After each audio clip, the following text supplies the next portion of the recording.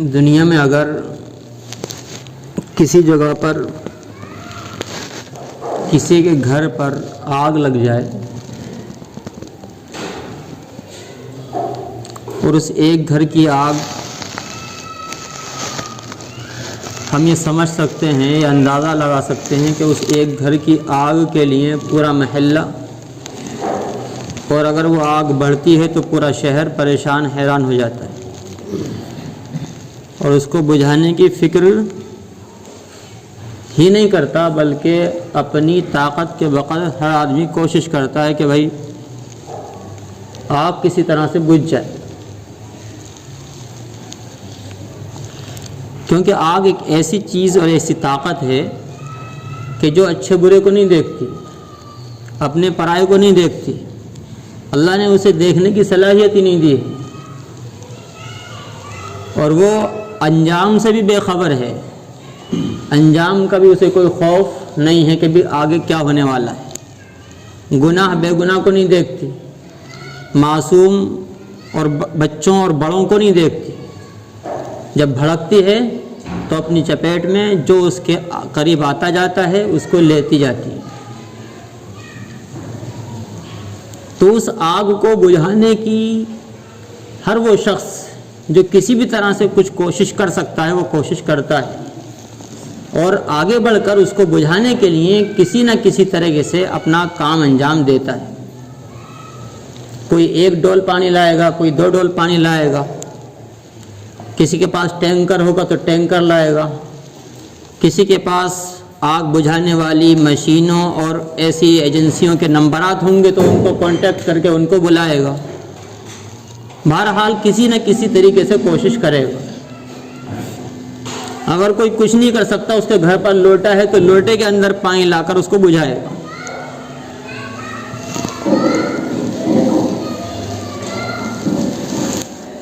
یہ سب کس لیے ہو رہا ہے؟ یہ سب اس لیے ہو رہا ہے کہ ہمیں آگ کے نقصان کا اندازہ ہے کہ آگ جب بھڑکتی ہے اور اپنی چپیٹ میں کسی کو لیتی ہے تو بخشتی نہیں ہے اور اس کا نقصان بڑا نقصان سمجھا جاتا ہے۔ اسی طرح سے اگر کوئی نہر جا رہی ہے، نہر کا باندھ ٹوٹ گیا ہے اور اس کے آس پاس بستی ہے تو پوری بستی پریشان ہو جاتی ہے کہ کسی طرح سے اس باندھ کو روکا جائے، پانی کو بستی میں آنے نہ دیا جائے۔ ہر شخص اپنی طاقت کے بقدر اس کو روکنے کی کوشش کرتا ہے، مشورے دیتا ہے،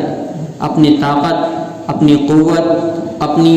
عقل، اپنی سمجھ، اپنی بوجھ سب اس میں لگا دیتا ہے۔ کس لیے؟ اس لیے کہ پانی آگے بڑھ کر بستی کو اپنی چپیٹ میں نہ لے لے۔ کیوں؟ اس لیے کہ معلوم ہے کہ پانی بھی ایک ایسی طاقت ہے کہ جو اپنے سامنے کسی کو ٹکنے نہیں دیتی، اور اتنا بھی ہے کہ وہ کسی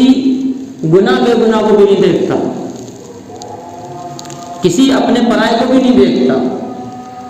وہ یہ دیکھتا کہ سامنے چپیٹ میں آنے والے معصوم بچے ہیں، یہ چپیٹ میں آنے والے بزرگ اور بوڑھے لوگ ہیں۔ وہ یہ نہیں دیکھتا کہ غریب کی بستی ہے یا مالداروں کی بستی ہے۔ پانی جب آگے بڑھتا ہے تو بڑی بڑی آبادیوں کو تباہ کر دیتا ہے۔ اس پانی کی طاقت کو روکنے کے لیے پانی کے نقصان کو جاننے والے آگے بڑھتے ہیں اور اس کو روکتے ہیں کہ کسی طرح سے یہ پانی رک جائے اور بستی کے اندر نقصان پہنچنے سے بچ جائے۔ تو عزیزو، یہ 2 مثالیں آپ کے سامنے اس لیے پیش کی گئی کہ ہم دنیا کے نقصانات کو جانتے ہیں، دنیا کی آگ کو جانتے ہیں، دنیا کی چوٹوں کو جانتے ہیں، دنیا کی تباہیوں کو جانتے ہیں اور دنیا کے سیلاب سے واقف ہیں۔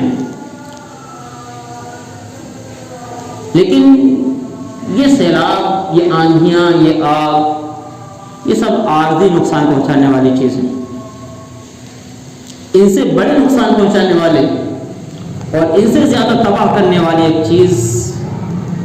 برائی اور گناہ ہے۔ جس کی آگ دنیا کی آگ سے کہیں زیادہ بڑی اور خطرناک ہے، برائیوں کی، گناہوں کی، فواحش کی، منکرات کی، اللہ کی نافرمانیوں کی آگ جب بھڑکتی ہے تو اچھے اچھوں کو اپنی لپیٹ میں لے کر کے ان کو گمراہ اور جہنم تک پہنچانے کے لیے معاون بن جاتی ہے۔ لیکن ہم دنیا کی آگ کے نقصان سے واقف ہیں، دنیا کے سیلاب سے واقف ہیں، لیکن فواحش اور منکرات کی آگ کے نقصان سے، اس کے جھلسا دینے سے واقف نہیں، اس کا احساس نہیں ہے۔ گناہوں کا سیلاب جو پوری امت کو تباہ کر رہا ہے، ہمارے معاشرے کو بگاڑنے کے اوپر لگا ہوا ہے، اس سیلاب، اس طوفان سے ہم بے خبر ہیں۔ اگر کسی ایک گھر میں آگ لگ جائے تو پوری بستی بے چین ہو جاتی ہے۔ آج گناہوں کی آگ کے اندر پوری ایک مکان نہیں بلکہ کوئی کچا پکا مکان ایسا ہوا جو بچا ہوا ہو، جو گناہوں کی آگ کے اندر جھلس نہ رہا، جو اللہ کی نافرمانیوں کے سیلاب میں تباہی کے دہانے پر نہ ہو۔ لیکن ہم اس آگ کو اور اس سیلاب کو روکنے کی کتنی فکر کر رہے ہیں ہم خود جانتے ہیں۔ گناہوں کی، اللہ کی نافرمانیوں کی، بے حیائی، بے شرمی کی، یہاں تک کہہ لیجیے کہ چھوٹے چھوٹے گناہ تو الگ بات، بڑے بڑے گناہوں کی آگ بھڑک کر بہت اونچی جا چکی ہے۔ حرام کاموں کو حلال سمجھ کر کیا جا رہا ہے، اور یہ وہ موقع ہے کہ جس وقت اللہ رب العزت کے عذاب کے نازل ہونے کا پچھلی امتوں میں وقوع ہو چکا ہے۔ لیکن یہ کہہ لیجیے اللہ کا فضل ہے، نبی صلی اللہ علیہ وسلم کی برکت ہے، اور آقا صلی اللہ علیہ وسلم کی اس امت کے تئیں، اس امت کے تعلق سے رحمت اور مغفرت کی یہ دعائیں ہیں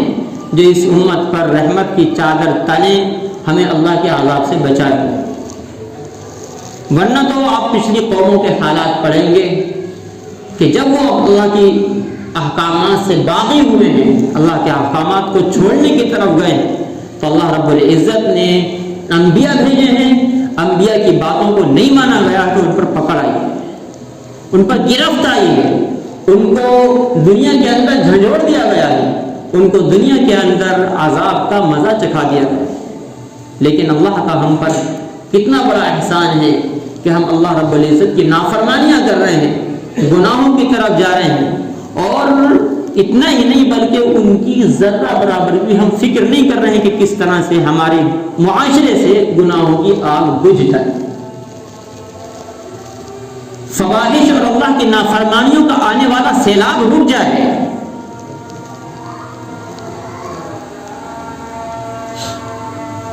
پانی کا سیلاب آبادیوں کو، پھلواریوں کو، کھیتوں کی ہریالیوں کو، باغات کو، بچوں اور بوڑھوں کو تباہ کرتا ہے، لیکن گناہوں کا سیلاب ہمارے ایمان و اسلام کو تباہ کرتا ہے، اللہ کے خوف کو تباہ کرتا ہے، معاشرے کی روحانیت کو تباہ کرتا ہے، اور ہم سب کے دلوں سے ایمان اور اسلام کو کھرچنے کا کام کرتا ہے۔ لیکن ہم نے آگ کی تباہی کو سمجھ لیا، ہم نے سیلاب کے نقصان پہنچانے کو سمجھ لیا، لیکن گناہوں کے سیلاب سے جو نقصان پوری امت کا ہو رہا ہے، اللہ کی نافرمانیوں کا جو سیلاب اور اس کی آگ جو بھڑک رہی ہے، اس کا نقصان جو پورے معاشرے کو اٹھانا پڑ رہا ہے، اس کا کسی کو احساس نہیں۔ اگر کوئی گنا چنا فرد کسی کی اصلاح کا بیڑا اٹھانے کے لیے کھڑا ہوتا ہے تو اس پر طعن و تشنیع کی جاتی ہے، اس کو کہا جاتا ہے کہ پہلے اپنی زندگی تو دیکھ۔ عبداللہ بن مسعود رضی اللہ تعالیٰ عنہ فرماتے ہیں کہ بڑے گناہ کی بات ہے کہ کوئی کسی شخص سے اس کی اصلاح کی بات کو لے کر آئے، وہ اس کو الٹا جواب دے دے کہ اپنے آپ کو تو دیکھو پہلے۔ یہ انتہائی خطرناک بات ہے۔ آپ کی اصلاح کے لیے کوئی شخص آپ کو بتلا رہا ہے، آپ کی رہنمائی کر رہا ہے، یہ بھی ایک بڑا نیک کام ہے۔ آپ کو اس کا احسان ماننا چاہیے کہ میرا خیر خواہ ہے، رب العالمین کی بات میرے پاس لے کر آیا ہے، لیکن اس کو الٹا سیدھا کہہ کر، اگر کہا بھی نہیں جاتا تو دل سے سمجھ کر اس کو لوٹا دیا جاتا ہے، اس کو کہہ دیا جاتا ہے کہ ہاں دیکھیں بہت سے تم جیسے بھی، ہم نماز تو نہیں پڑھ رہے، یہ کہہ کر کے تسلی دے دی جاتی ہے۔ ایسا لگتا ہے کہ نماز کے علاوہ اللہ رب العزت کے قریب پہنچے ہوئے۔ اللہ ہم سب کی حفاظت کرے۔ امت ایک تباہی کے دہانے پر ہے، اور امت کے آپ سب جانتے ہیں کہ قیامت سے قریب آنے کے حالات پیدا ہو گئے ہیں، قیامت کی نشانیاں مکمل ہونے کے قریب ہیں، قیامت کی نشانیاں برسر عام ہیں، اور قیامت کی نشانیاں رونما ہونے میں اپنے قدم بڑھا رہی ہیں، ایک ایک قدم کر کے اپنی قیامت کی نشانیاں مکمل ہونے کے در پہ، لیکن ہم اپنی موج مستیوں میں جو ہمیں کرنا ہے وہ کر رہے ہیں۔ ہونا تو یہ چاہیے تھا کہ جس طرح ہم پانی کے وبال، پانی کے سیلاب کو روکنے کے لیے انتھک کوشش کر دیتے ہیں، کسی کے گھر کے اندر آگ لگنے والی آگ کو ہم بجھانے کے لیے اپنی پوری طاقت جھونک دیتے ہیں، ہم کسی گناہگار کو گناہ سے بچانے کے لیے اپنی طاقت جھونک دیتے اور اس کے پیر پکڑ لیتے کہ خدا کے بندے گناہ سے باز آ جا، ورنہ ایک گناہ تمہیں تباہ کرنے کے لیے کافی ہے۔ چاروں طرف اندازہ لگائیے، گناہوں کی آگ بھڑکی ہوئی، لیکن ہم سو رہے ہیں، ہم اپنی موج مستیوں میں ہیں۔ کون نہیں جانتا کہ گانوں کا سننا حرام ہونا جائز ہے، شادیوں کے اندر کھلے عام گانے بازے ہو رہے ہیں۔ کون نہیں جانتا کہ شادیوں کے موقع پر کھڑے ہو کر کھانا ناجائز ہے اور کھڑے ہو کر کھانے کھائے جا رہے ہیں۔ اور کون نہیں جانتا کہ شادیوں کے موقع پر لڑکوں کی طرف سے بیجا اور ناجائز مطالبات کرنا حرام ہے، اور مطالبات ہو رہے ہیں، لڑکی والوں کو ناجائز طور پر دبایا اور کچلا جا رہا ہے، اور انہی دبانے اور کچلنے کی وجہ سے وہ معصوم بچیاں جن کا کوئی گناہ معاشرے کے اندر نہیں ہے، صرف یہ گناہ ہے کہ وہ ایک غریب گھر کی ایک بیٹی ہیں، وہ نکاحوں سے محروم اپنی زندگی کے ایک ایک دن اور ایک ایک رات کو بڑی مشکلوں سے کاٹ رہی ہیں۔ یہ کیا وجہ ہے؟ یہ ہمارے معاشرے کی وہ تباہ کاریاں ہیں کہ جو ہم سب اس سے بے فکر ہیں۔ گناہ صرف یہ نہیں ہے، گناہوں کے اندر آنکھوں کا گناہ، کانوں کا گناہ، زبان کا گناہ۔ ہماری زبان برائیوں سے نہیں رک رہی ہے، ہماری آنکھیں غلط چیزوں کو دیکھنے سے نہیں رک رہی ہیں، ہمارے کان غلط چیزوں کے سننے سے باز نہیں آ رہے ہیں۔ یہی تو وہ تباہی کے حالات ہیں کہ جو امتوں کو تباہ کر دیتے ہیں، اور پھر اس سے بڑھ کر یہ کہ ہمیں اس کو روکنے کی فکر نہیں۔ رسول اللہ صلی اللہ علیہ وسلم نے فرمایا کہ برائیوں سے بچنے کے لیے اور برائیوں سے بچانے کے لیے ہر ایک فرد کا یہ کام ہے کہ اگر کوئی شخص کسی برائی کو ہوتا ہوا دیکھے تو اپنے ہاتھ کی طاقت سے اس کو روکے۔ من رأى منکم منکرا فلیغیرہ بیدہ، اپنے ہاتھ کی طاقت سے اس کو روکے۔ ہاتھ کی طاقت سے روکنے کا مطلب صرف یہ نہیں ہے کہ اس کو ہاتھ سے جا کر ہٹا دے یا اس کو لڑائی جھگڑے کرنے پر آمادہ ہو جائے، بلکہ ہاتھ کے استعمال کرنے کا مطلب یہ ہے کہ اپنی اثر و رسوخ کا استعمال کرے، اپنی طاقت اور قوت کا استعمال کرے۔ اگر کسی سے کوئی بات ہے تو اس بات کے حوالے سے اس سے بات کرے کہ ہمارا تمہارا یہ واسطہ اور یہ تعلق اور یہ رشتہ ہے، اس کا خیال نہیں رکھا گیا تو ہم تمہارا آگے خیال رکھنے والے نہیں۔ دنیا کے لیے کتنی خوشامدی کی جاتی ہے، ایک بچے کے اسکول میں ایڈمیشن کے لیے کتنی خوشامدی کی جاتی ہے، کسی بڑی یونیورسٹی میں ایڈمیشن کے لیے کتنی خوشامدی اور کتنی زور سے لگوائی جاتی ہیں، لیکن ہم گناہ سے معاشرے کو بچانے کے لیے کیا کر رہے ہیں اس کے لیے ہمیں سوچنا ہوگا۔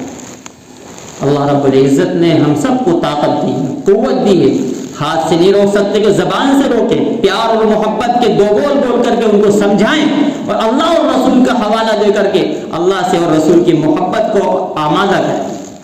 اور اگر زبان سے بھی طاقت نہیں ہے تو فرمایا رسول اللہ صلی اللہ علیہ وسلم نے کہ دل سے اس کو برا سمجھیں، کم سے کم اتنا تو۔ لیکن اگر کوئی شخص اس میں شریک ہو رہا ہے تو وہ دل سے برا کیسے سمجھ سکتا ہے؟ دل سے برا سمجھنے کے لیے تو سب سے آخری درجہ یہ ہے کہ اس میں شریک نہ ہو، اس کو غلط سمجھے۔ گناہوں کے اندر گرفتار خود ہیں، اور پھر آگے رسول اللہ صلی اللہ علیہ وسلم نے فرمایا کہ جس کے اندر یہ بھی درجہ نہیں ہے وہ دل سے برا نہیں سمجھ رہا ہے، یہ سب سے آخری درجے کا ایمان تھا، اس کے بعد اس کے ایمان کی کوئی گارنٹی نہیں۔ ہم گناہوں کے اندر گرفتار ہیں، بے فکر، ایسی مجلسوں اور ایسی محفلوں کی رونق بن رہے ہیں اور ان کی تباہیوں کو کہیے، بلکہ رونق کی جگہ تباہیاں کہیے، ان کی تباہیوں کے اندر اضافہ کر رہے ہیں۔ ہم بے عزت ایسی پارٹیوں اور محفلوں کے اندر شریک ہوتے ہیں جس کے اندر کھلے عام اللہ رسول صلی اللہ علیہ وسلم کے احکامات کا جنازہ نکالا جاتا ہے، بے پردیاں اور بے حیائیوں کا